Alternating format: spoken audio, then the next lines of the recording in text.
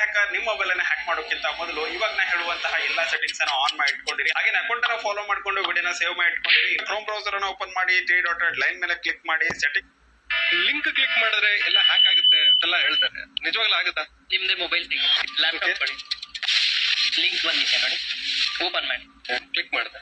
ಇದು ನೋಡಿ, ಇದು ನೀವೇನು.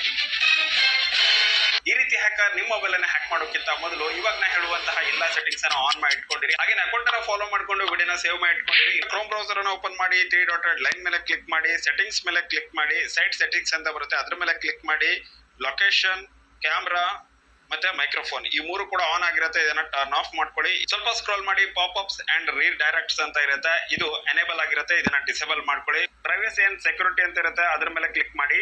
Send do not track request ಅಂತ ಇದೆ, ಇದು ಆಫ್ ಆಗಿರುತ್ತೆ, ಇದನ್ನ ಎನೇಬಲ್ ಮಾಡ್ಕೊಳ್ಳಿ.